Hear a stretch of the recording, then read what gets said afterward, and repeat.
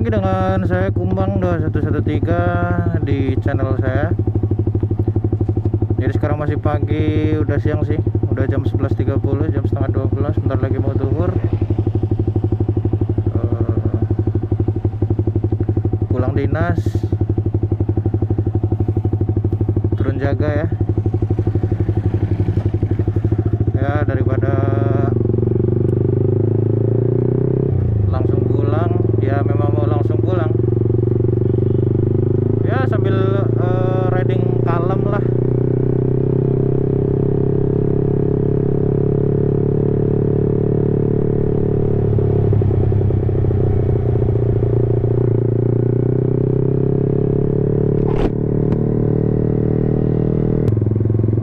Sekarang minta pendapat aja deh dari kawan-kawan nih. Misalnya ente tuh punya motor ya, nggak usah yang gede-gede dulu lah. Sekelas 150 cc motor sport atau naked sport ya. Jadi untuk kelas-kelas matic itu nggak saya masukin. Karena apa? Jadi sekarang gini aja dah. Misal ente nih punya motor sekelas sport fairing atau sport naked ya, sekelas-kelas R15 kah, CBR kah, GSX kah. Nah, kalau misalnya ente lihat jalan ini kan, kira-kira ente tuh bakal tarik gas nggak? Intinya gitu aja ya, teman-teman aja lah. Gak usah yang pakai motor sport naked atau sport fair ya. Kadang-kadang aja saya tuh pakai motor dulu, motor zamannya masih bocah itu, pakai Jupiter Z burung hantu aja. Ya itu bawahnya pasti ngebut, apalagi kalau lihat jalan kosong. Bukan munafik saya. Nah, belum lagi macam ini nih, dia udah lurus tiba-tiba belok, nggak ada lampu sen lagi. Bukan saya cari kesalahan orang ya, yang namanya manusia itu nggak ada yang sempurna. Kadang salah, kadang benar, kadang sudah benar pun masih disalahkan. Nah, Vario aja maunya gas. Intinya gitu aja deh. Saya ini udah riding nih di Pontianak nih dari tahun 2013 ya. Dari 2013, dan pengalaman saya pertama kali riding di Pontianak ini kaget. Kagetnya apa? Kagetnya bener-bener ya. Yang pertama yang bikin saya kaget itu, saya nggak ngomongin orang ya, saya hanya ngomongin berdasarkan apa yang sudah saya lihat selama saya di Pontianak ini, selama kurang lebih 6 tahun ya, 6 tahun jalan 7 tahun ya. Contohnya kayak gini, ente naik motor tapi ente di tengah. Nah, jadi kadang-kadang pun untuk pemotor pun nyalip mobil itu dari kiri. Karena apa? Mau nyalip dari kanan, mobilnya terlalu mepet dengan garis marka, sementara dari arah sebaliknya pun sama. Daripada tabrakan, akhirnya lebih memilih nyalip dari kiri. Nah, terus belum lagi di sini ya, saya ceritakan hal yang sudah pernah saya alami pada tahun 2017. Jadi waktu itu saya baru pulang dari Jungkat ya, acara akikah adik ipar yang baru lahir.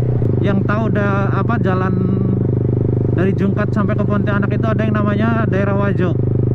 Nah, daerah Wajo itu jalannya lurus, nggak terlalu sepi, tapi juga nggak terlalu ramai. Saya dulu masih pakai Viction 2010. Memang saya kenceng karena udah malam juga kan. Sementara waktu itu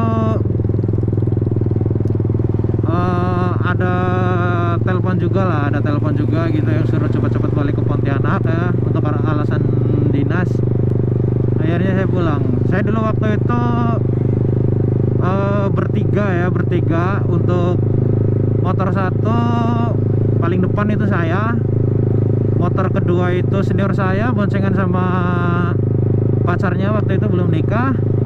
Dan yang paling belakang itu pacar saya ya, dia pakai motor sendiri, soalnya sekalian saya nganter dia ke rumah buat ambil motor, soalnya dia nggak bisa antar jemput dulu ya, karena jam dinasnya beda. Dia jam dinasnya jam 7, sementara saya jam 6 sudah harus berangkat.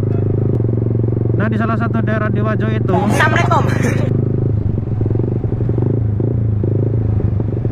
itu ada saya lihat anak-anak ya. Jadi dia tuh udah lihat saya ke belakang gitu ya, udah lihat saya kenceng dari belakang. Saya udah ngelakson dan juga untuk pas dim gitu ya. Dan ternyata begitu saya udah deket, malah anak itu putar balik gitu ya, putar balik jadi dari posisi tengah. Jadi posisinya di tepi jalan gitu, udah lihat saya, tiba-tiba putar balik begitu saya udah dekat. Saya yang kaget, refleks kan, rem depan belakang sekaligus. Cuman yang terjadi apa? Ban saya ngesot ya. Dulu saya pakai FDR, nggak tahu kenapa licin banget, ngesot. Dan mungkin jaraknya itu cuma sekitar 5 meter, jadi langsung rem itu nggak ada fungsinya sama sekali. Jadi langsung ngantem itu motor sampai jungkir lah. Mungkin saya bisa dibilang jungkir ya, mungkin terbalik sampai 2 kali ke depan. Dan yang parahnya itu, motor yang saya tabrak itu kondisi knalpotnya itu sampai terbelah, sampai lepas ya. Dan itu baru salah satu ya, belum semua. Dan Anda kalau di Pontianak ini jangan sekali-kali riding sambil ngantuk ya. Atau misalnya Anda dalam keadaan yang tidak fit untuk riding, Anda paksakan untuk riding, apalagi perjalanan jauh. Dan asal teman-teman tahu ya, yang namanya di Pontianak ini, itu yang namanya berita kecelakaan lalu lintas itu hampir tiap hari terjadi. Dan kadang satu hari itu nggak cuma sekali, kadang bisa sampai 2 kali, bahkan 3 kali. Ada di media informasinya Pontianak ya, baik di Facebook maupun di Instagram, itu hampir tiap hari ada berita tentang kecelakaan lalu lintas. Entah itu yang masuk parit, yang nabrak, tergelincir, sampai ada yang adu banteng sama tronton, ada. Sekalinya mobil tabrakan sama motor, itu yang cederanya paling parah dan kerusakannya paling parah itu pasti pengendara motor. Karena apa? Yang pengendara motor pasti kayak gini, badan dia pasti akan cedera, dan kerusakan motornya pun akan lebih berat daripada kerusakan mobil. Mobil kena tabrak dari depan, paling hancur bumper, grill, lampu atau kap sampai kaca depan. Tapi harusnya untuk pengendara mobil itu harus lebih bersyukur. Karena apa? Dia tidak cedera. Sementara pengendara motor, dia akan mengalami cedera. Seperti itu. Di jalan seluas ini, contoh nih, ini di jalan apa namanya lupa, pokoknya di kawasan Kota Baru ya. Yang namanya mobil sekelas kayak gini nih, mobil kecil-kecil kayak gini, pasti ngambil di tengah. Nggak tahu kenapa ngambil ke tengah. Sementara jalan ini luas banget. Bahkan kalau misalnya ini satu lajur mau dipakai buat jejerin mobil, itu bisa sampai 2 sampai 3 mobil loh.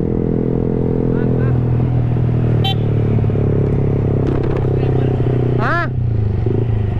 Oh, siapa namanya? Oh ya, Aisyah. Oh, San Mori. Kemarin ikut kah? Kemarin ikut? Oh enggak. Oh, makasih.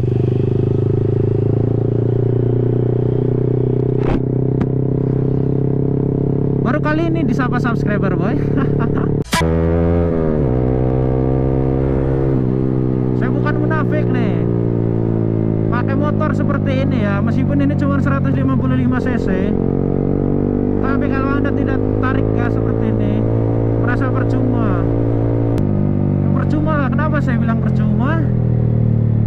Ini motor memang dari insinyurnya itu memang untuk ya untuk speed lah. Memang didesainnya seperti itu.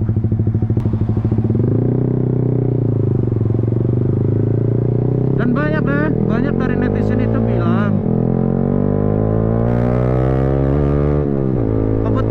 di jalan raya. Jangan munafik deh, gak usah munafik. Ente ya ditelepon sama pacar yang di mana? Rumah kosong gak ada orang. Gak yakin ente bakal pakai gigi satu sampai rumah doi. Gak yakin. Jadi intinya tuh jadi orang itu jangan merasa sok benar lah. Gak usah merasa sok benar, sok menghakimi para konten kreator motovlogger itu seolah-olah pakai motor kebut-kebutan, tapi kalau nyari kesalahan orang lain. Intinya kan kayak gini, yang nonton video motovlogger itu kan bukan bocah, bos. Bukan bocah kan, udah pada sekolah kan, udah pada dewasa kan, dan yang pastinya udah tahu rasanya gimana deg-degannya kalau ketemu cewek atau cowok.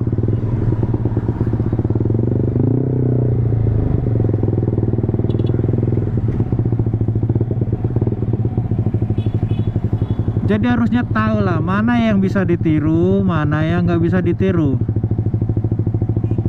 Harus bisa memilih lah, harus bisa memilih mana yang baik dan yang benar. Jadi ngapain nyinyir-nyinyir, tinggal lu ambil aja hikmahnya, ambil sisi baiknya, lu tinggalkan sisi jeleknya, kan gitu.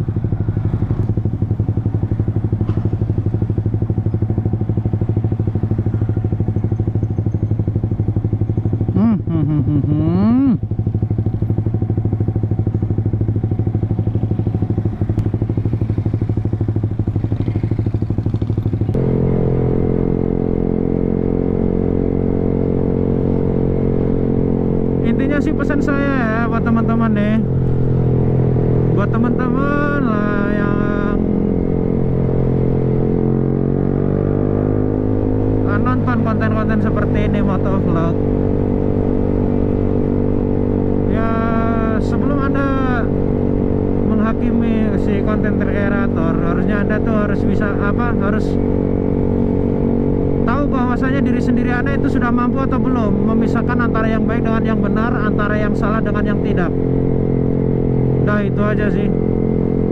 Kalau misalnya Anda belum bisa memisahkan antara yang baik dan yang salah, itu belum bisa, sebaiknya Anda lebih banyak nonton ini video edukasi aja ya. Gak usah nonton